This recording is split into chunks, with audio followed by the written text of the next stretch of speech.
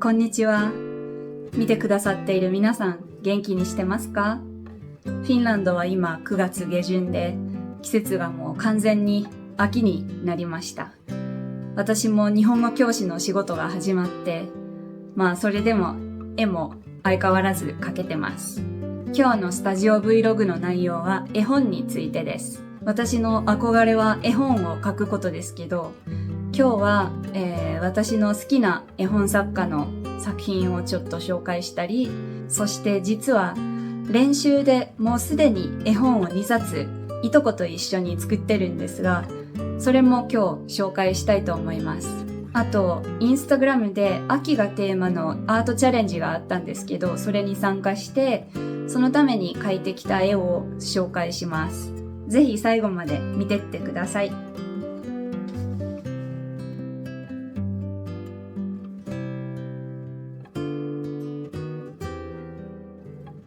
私は大人の今でも絵本が大好きで、自分で絵本を描くのが夢の一つです。子供の頃、母が絵本や子供の本をたくさん読んでくれました。実家にはその本がほとんど取っておいてあります。最近の日本旅行でも本屋では必ず絵本を見に行って買って帰っています。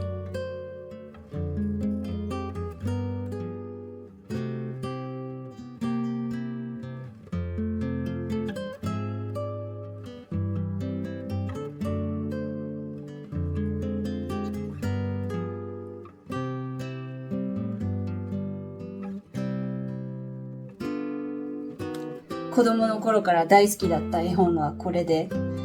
もうこの色合いがものすごく素敵で、そしておもちゃの話、生きてるおもちゃの話で、子供心にはなんかくすぐる、感じのものなので、そこも良くて、やっぱりこの水彩の絵のタッチが素敵で憧れてました。こんな感じの自分でもできたらなって思ってます。これは絵のタッチがものすごく自分的には大好きな本です。この絵本の絵は多分多くの人が知ってるものかと思いますけど、この絵のタッチもすごい憧れで、子供の頃はすごいたくさんモデルにして描いてました。花の妖精の絵なので、またもや子供心にグッとくるような内容なので、子供の頃はこの絵を眺めるのが大好きでした。そして子供の頃読んでもらったシリーズ、猫とおじいさんの物語、スウェーデンの、作家さんのものですけど、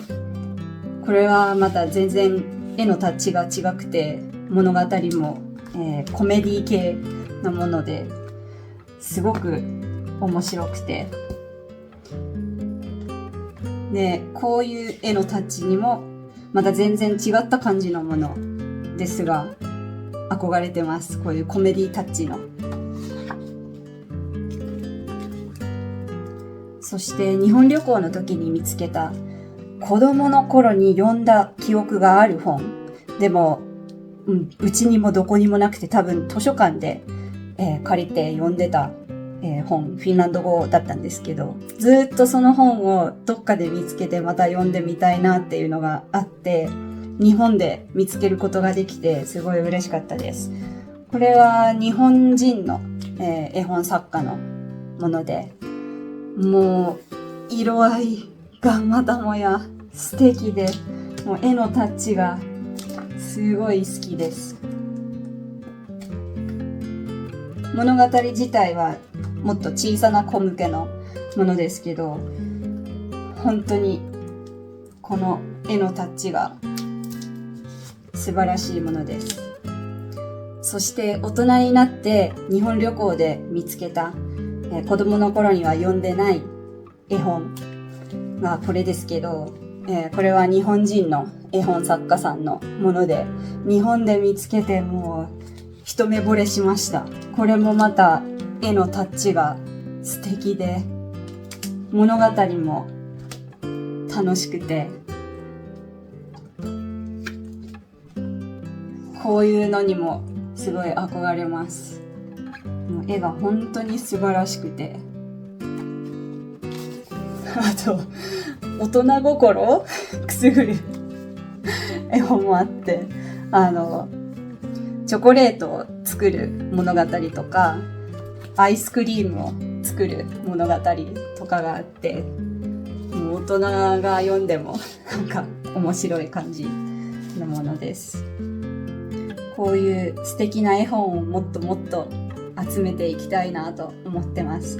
で、自分で絵本を作っていくときに、こういう好きな絵本を勉強して、どういう風になっているのかを勉強して、作っていく感じです。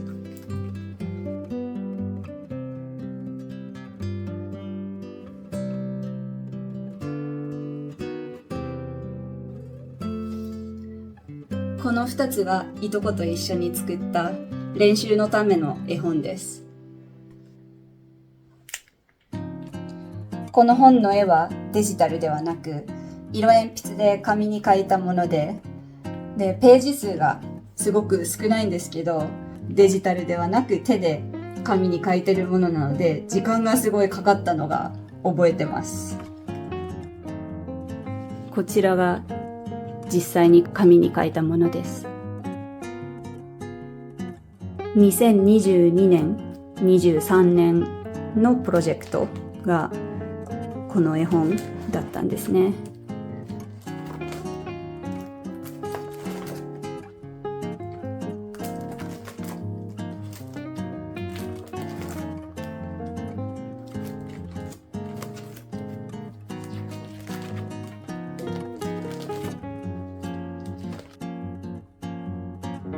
この初めての絵本よりももっと大きな、もうステップアッ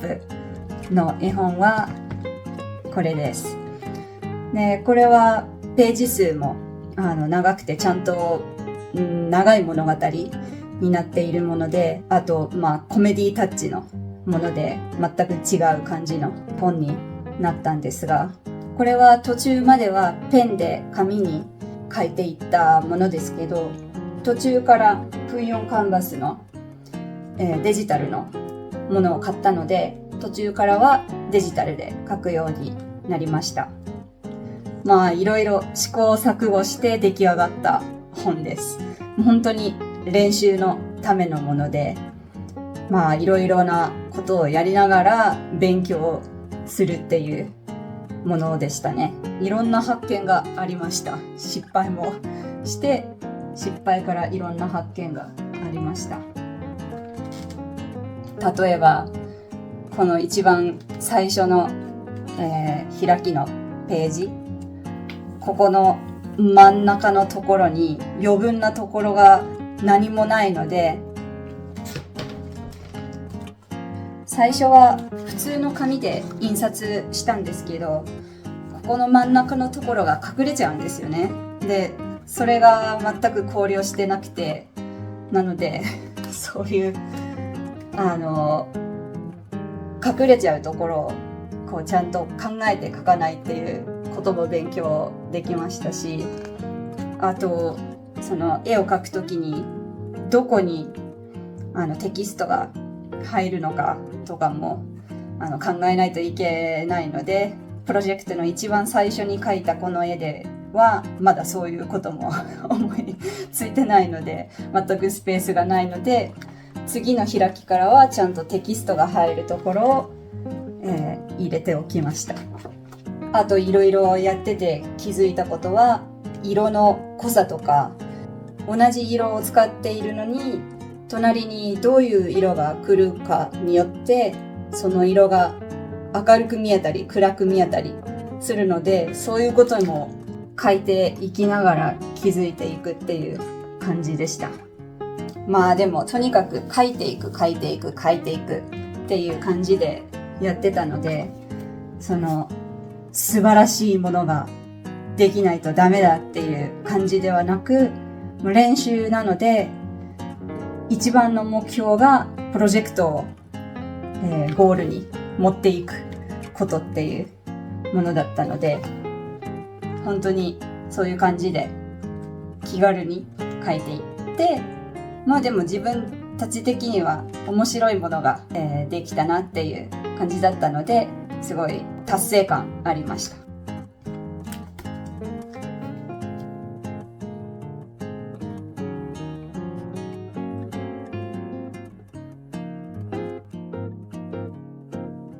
9月の間は、この兄弟と猫のキャラクターの絵のシリーズを描きました。これはインスタグラムの秋がテーマのアートチャレンジのためのもので、インスタのアカウントに載せています。短期間で6枚もちゃんと描けたのが嬉しかったです。キャラクターも絵のタッチも絵本っぽくて、描くのがすごく楽しかったです。4枚目の絵は制作過程も動画に撮ったので、お見せします。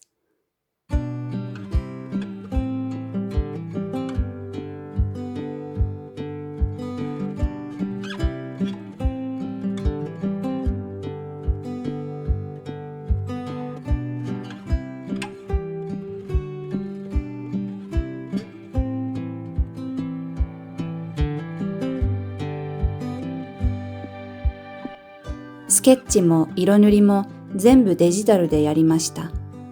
子供を描く練習にもなってよかったです。この絵も最初のスケッチの段階では体のサイズがもっと大きくてあまり子供っぽくなかったです。でもデジタルだから簡単に修正できて、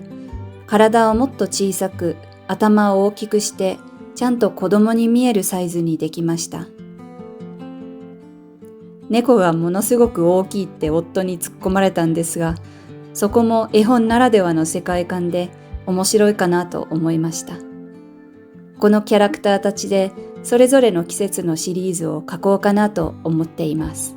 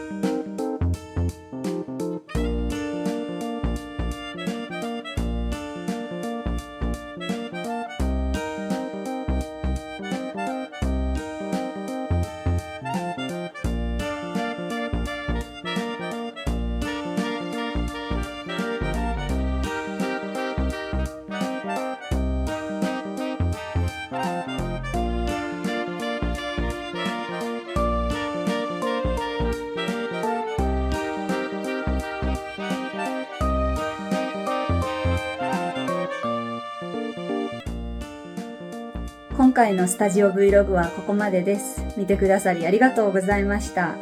また次回の動画でお会いしましょう。バイバイ。